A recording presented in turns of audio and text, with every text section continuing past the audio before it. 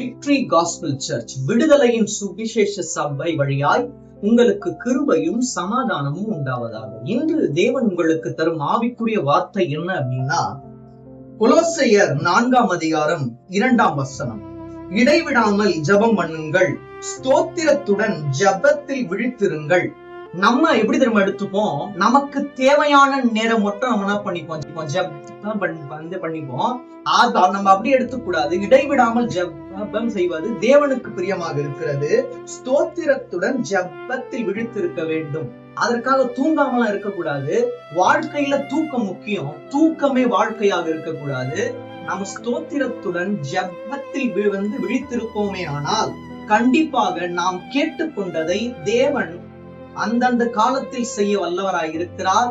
இடைவிடாமல் ஜெபம் பண்ணணும், விழித்திருந்து ஜெபம் பண்ணணும். ஸ்தோத்திரத்தோடு ஜெபத்தை விழித்திருப்போமே ஆனால் தேவன் நம்மளோட காரியத்தை மேன்மையாக எடுத்து பயன்படுத்த வல்லவராய் இருக்கிறார். தேவன் தாமே உங்கள் யாவரையும் ஆசீர்வதிப்பாராக. ஆமென்.